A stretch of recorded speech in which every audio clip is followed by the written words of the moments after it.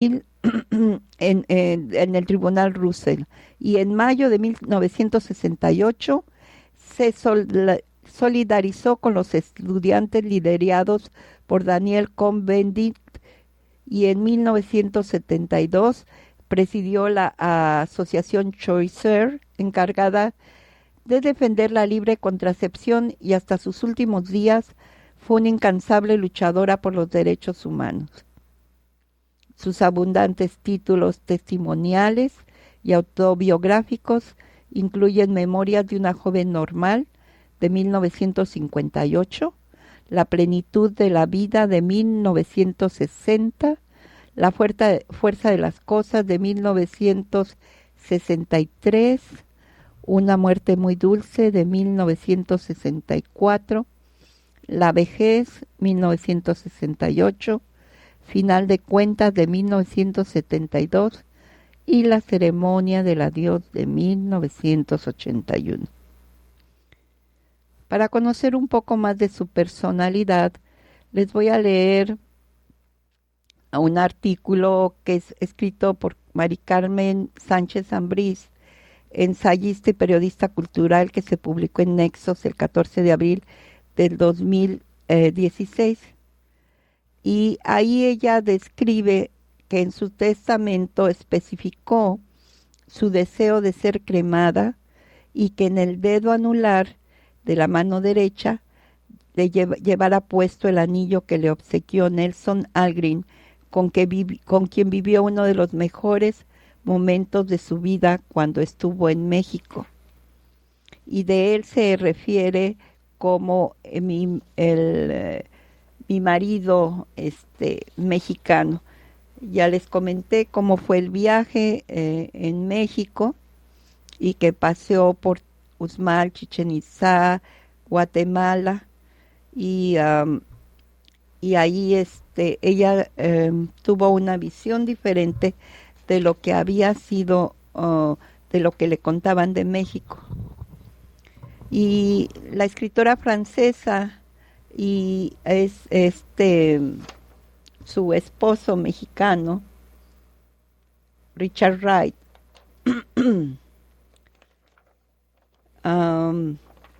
no fue Richard Wright, su esposo, perdón, su esposo americano, Nelson Algren, tuvieron en México uno de sus mejores momentos. Ella bromea y se refiere a él como mi marido mexicano. Sin embargo, él estaba tan enamorado de ella que no toleró la idea de ser parte de un triángulo amoroso, porque sabía que Simón no dejaría a Sartre y eso le partió el corazón.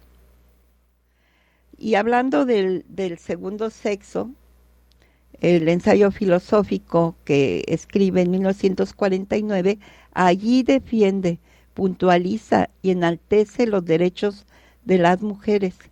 Pensaba que para rescatar a la mujer era necesario devolverle su libertad, pero una libertad total, porque una condicionada dejaba de serlo. Su postura fue clara. El hombre es el que ha errado el camino. Él se ha equivocado al convertir a la mujer en su esclava. Simone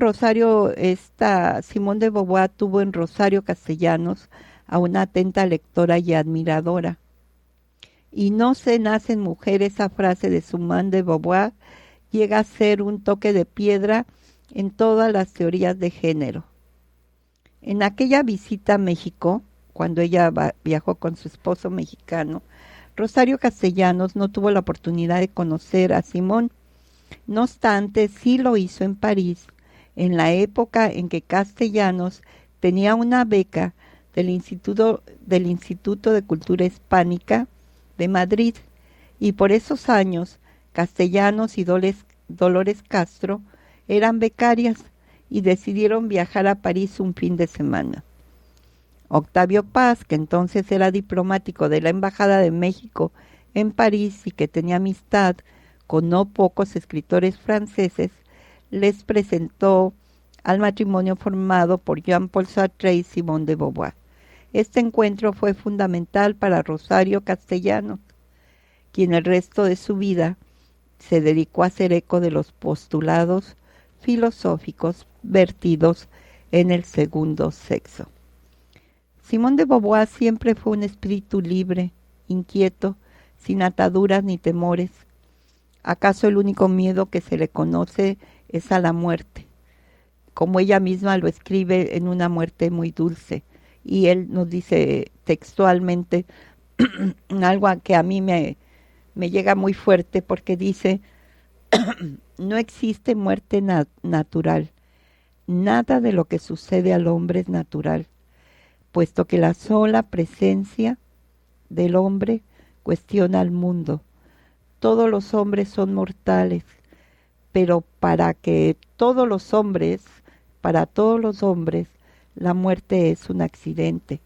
Y aún así, y aún si conoce la muerte y la acepta, la muerte es una violencia indebida. Ahora les voy a leer algo que publicó Emilio Pacheco en El Proceso de abril de 1986.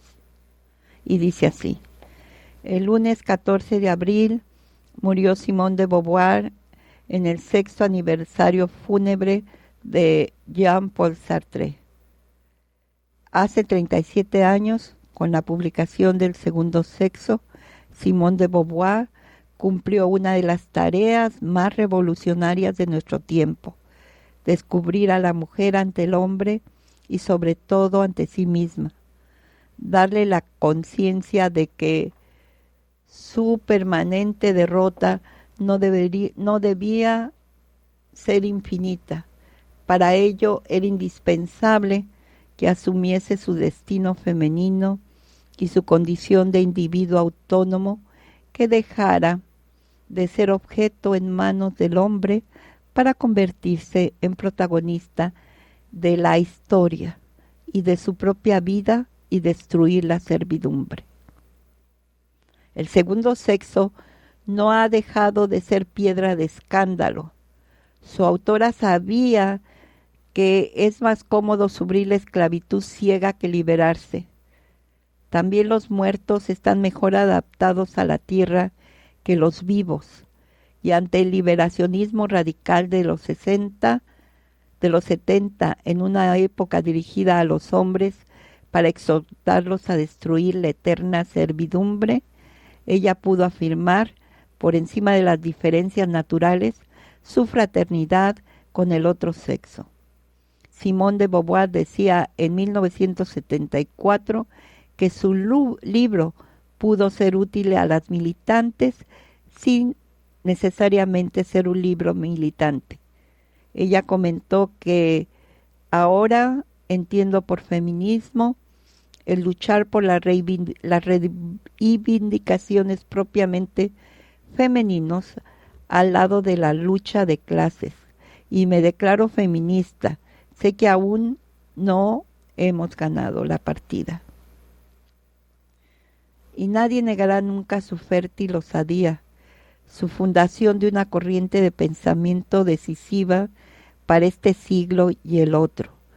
Ninguna de las obras que lo continuaron, aprobándolo o oponiéndose a él, ha superado el segundo sexo en capacidad de revelación, amplitud de conocimiento, valor como texto literario. Quien escribe mejor convence más, y ella fue una gran escritora por derecho propio. Si no tuviera un puesto en la historia por su defensa de las mujeres y de los ancianos, tendría un sitio de honor en las letras por sus novelas y relatos, sus ensayos y sobre todo su extraordinario ciclo biográfico, que fueron las obras Memorias de una joven formal, La plenitud de la vida, La fuerza de las cosas, Una muerte dulce, Final de cuentas, La ceremonia del adiós y Conversaciones con Jean-Paul Sartre, libros aparecidos desde 1958 a 1981. Simone de Beauvoir cumplió en su persona lo que anhelaba para todas las mujeres. Se realizó como ser humano y como escritora, sin borrarse jamás ante su compañero durante medio siglo, y permanecerá junto a Sartre y no atrás de Sartre, y ambos se complementaron porque fueron diferentes. Nos vamos a escuchar un poco de música que también estaba de moda en ese tiempo, en 1958. Estamos hablando de Miles Davis, que vivió un tiempo en París y muchas de sus obras que se han hecho muy famosas y que la gente tiene como culto, la, la tocó en películas francesas. Estamos oyendo a Miles Davis con Generique.